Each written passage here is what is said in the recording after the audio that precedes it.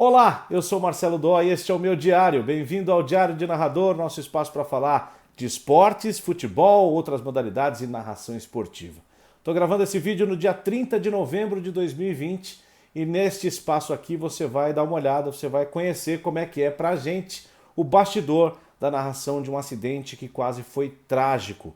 Vou contar para vocês como é que foi para mim transmitir a batida explosiva de Romain Grosjean no Grande Prêmio do Bahrein. Para contextualizar para vocês, importante a gente dizer a situação, né? Eu estava ontem na Rádio Band News FM, fui escalado para substituir o Odinei Edson, que é o locutor principal da Fórmula 1 na casa. O Odinei ganhou uma folga e eu fui transmitir esse que era o antepenúltimo, antepenúltima, etapa da temporada 2020. E fomos lá. Claro que para mim, ultimamente, o futebol tem sido a modalidade principal. Eu tenho acompanhado mais, transmitido mais jogos, então não deixou de ser uma novidade para mim que há 5 anos não transmitia uma prova de Fórmula 1. Então, digamos que foi uma transmissão diferente já por si. E aí, quando a gente se prepara para fazer, principalmente os dois primeiros, os dois grandes momentos de uma corrida de automobilismo, qualquer modalidade que seja, a gente se prepara mais para a largada e para a chegada. São os momentos de maior emoção, além das ultrapassagens, mas aquele momento principal do início da prova e do final da prova é aquele que a gente pensa mais do que vai falar e como a gente não vai se perder, porque para o automobilismo o principal no início para a gente é identificar os carros. E essa é uma dificuldade para quem não acompanha a modalidade tão de perto como era o meu caso ontem. Então, evidentemente que ninguém se prepara para transmitir um acidente, muito mais um acidente naquelas proporções. Uma batida, uma explosão na terceira, na quarta curva da prova. Justamente naquele momento do pico da emoção. E eu fui para a prova com alguns materiais, uns que eu preparei, outros que eu recebi, e com umas listas dos pilotos. O que eu fiz, né, para tentar identificar? Lógico, as cores dos carros eu sabia, com uma dificuldade um pouco maior entre a Alfa Romeo, a Alfa Tauri e a Haas, são carros, embora com cores diferentes, mas que são mais brancos do que outras cores, tem detalhes ali, poderia confundir. Então eu fui com 3 listas. A lista das equipes em ordem alfabética com os pilotos, seguindo os conselhos do meu querido amigo Everaldo Marques, que me deu essa dica de colocar o marca-texto, né, no segundo piloto, porque a câmera em cima é amarela, então facilita a identificação. Então fui com essa lista que ele me passou com essa dica.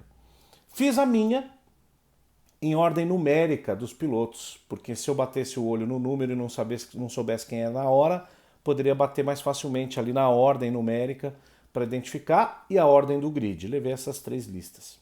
Muito bem, fizemos a abertura. Tive a sorte e o privilégio de estar com gente muito boa e gente bacana, tranquila. Alessandra Alves, o Ico, a Juliane Serrazoli lá em Londres, o Castilho de Andrade, um dos caras lendários, né, do jornalismo de automobilismo no Brasil.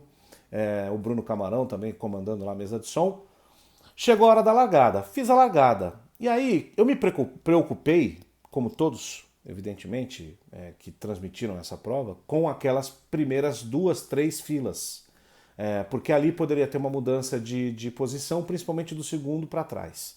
O Hamilton já largou na frente, o Verstappen passou e eu vi o Sérgio Pérez contornando. Mas eu bati o olho no carro rosa e na hora eu me confundi um pouco. Bati o olho embaixo, Sérgio Pérez em terceiro.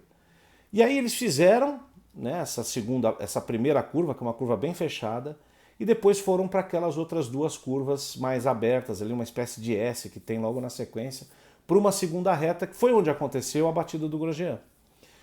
E aí, para eu conferir exatamente quem estava em que posição e não falar bobagem logo na saída, a gente tem um computador que mostra ali em tempo real as posições, né, dos pilotos. Eu tirei o olho da tela e fui para lá para ler esses primeiros 5, né, 5, 10 primeiros, para aí seguir a prova com um pouco mais de calma e começar a girar as pessoas para comentar a largada, o Bottas foi mal e tal, tinha caído para sexto. Enquanto eu estava lendo, sabe quando você aguça a visão periférica para a tela e eu vi um boom. Eu olhei para a tela e eu não vi a batida, eu vi o fogo. E aí eu falei, fogo na pista, fogo na pista. E aí a Alessandra, que estava do meu lado, e aí no vídeo que está no meu Instagram você consegue ver, eu até vou colocar um trechinho aqui para vocês olharem, a Alessandra já tinha, né, ela viu a batida e ela se assustou, e aí depois de um tempo ela falou, acho que foi o Grosjean. Eu não tinha a menor ideia, porque eu não vi a batida, né? Então eu fiquei esperando, não se mostraram outras imagens, e aí eu fiquei meio vendido no lance, né? O que aconteceu? Quem bateu? Como foi? E as imagens demoraram a voltar, a gente não sabia se o piloto estava bem, se estava mal, se tinha saído, se não tinha, como é que foi. E a gente começou a ficar assustado, eu mais ainda, né? Porque eu não estava tão acostumado, mas todos eles. E aí eu comecei a chamar as pessoas. E aí, seguindo um conselho básico da narração esportiva, que é a grande dica que a gente quer dar aqui para vocês. Não fale aquilo que você não sabe.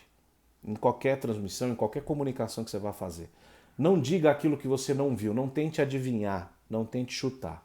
Eu não vi a batida, eu vi fogo na pista. E foi o que eu falei, fogo na pista. E depois você passa a bola para quem realmente conhece, se você não tem a experiência necessária para lidar com aquela situação. E eu fui tocando a bola com todos até eu entender o que tinha acontecido.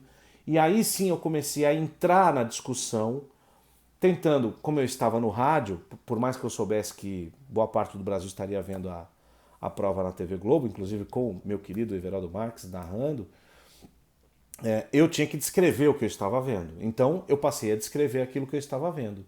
Isso foi me dando um pouco mais de tranquilidade, porque à medida que o tempo ia passando, eu ia me inteirando do que aconteceu, dos outros pilotos envolvidos, a geração oficial começou a reprisar várias vezes o momento da batida e a gente foi criando uma discussão para a gente entrar no segundo momento, que era o momento de a prova está paralisada por 45 minutos. O que a gente vai fazer? A gente precisa de assunto e eu tinha muita informação. Boa parte delas que eu pesquisei, boa parte delas que eu, repito, recebi, porque eu não tive tempo hábil para me preparar do jeito que eu gostaria, mas quem tem amigos tem tudo, né? O Everaldo me repassou muita coisa, a gente conversou muito à noite, na noite anterior à corrida, e ele me passou muita coisa.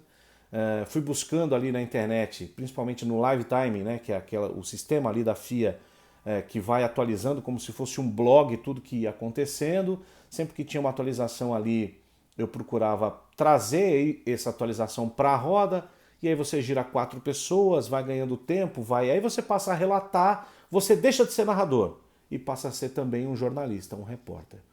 Muita gente me pergunta se é preciso ser jornalista para ser um narrador. A resposta é não. Mas o fato de ser jornalista ajuda. Por que eu digo isso? O jornalista ele aprende a ir atrás da informação.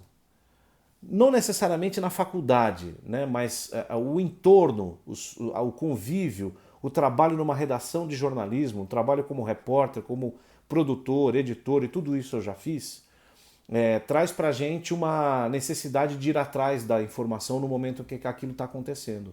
E hoje com as redes sociais, com a internet é mais fácil de você buscar, você aprende a buscar, a entender o valor da informação. O cara que faz o radialismo, o cara que tira o DRT de locutor, ele pode fazer isso também, evidentemente, e com o tempo ele vai acabar aprendendo a fazer se ele tiver essa dedicação. Mas ele não sai de fábrica com isso. Ele sai de fábrica com o falar, a voz, a impostação, a colocação, a forma da comunicação. O conteúdo ele precisa buscar, né? Inclusive o conteúdo às vezes fora do contexto daquele esporte, fora da questão técnica esportiva e para sair para outros campos. Né? A gente, para narrar Fórmula 1, você tem que lidar com números, você tem que entender um pouquinho, basicamente, de física, de mecânica, identificar materiais, enfim, você tem que ter uma noção de outras coisas. E o jornalismo te ensina ao longo da carreira, porque você passa por outras editorias além do esporte, a buscar esse conhecimento em outros lugares, entende? Então foi fundamental para mim isso, além, claro, do auxílio dos colegas, que foi sensacional em todos os momentos, procurando não me deixar vendido.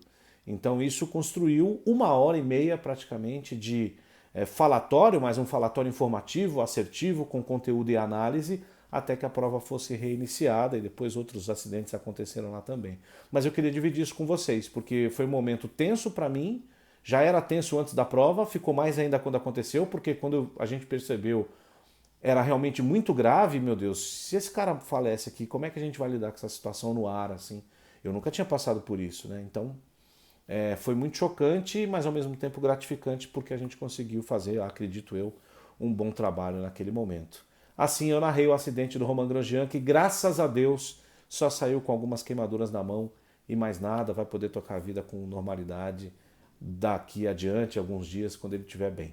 Tá bom? Se você gostou, dê um joinha, curta e compartilhe o nosso conteúdo, siga o nosso canal, se inscreva aqui no botãozinho vermelho e vamos juntos trazendo ideias, trocando ideias, compartilhando experiências. Esse é o propósito desse canal aqui, compartilhar um pouco daquilo que a gente vive profissionalmente com vocês aí. Tá bom? Até a próxima!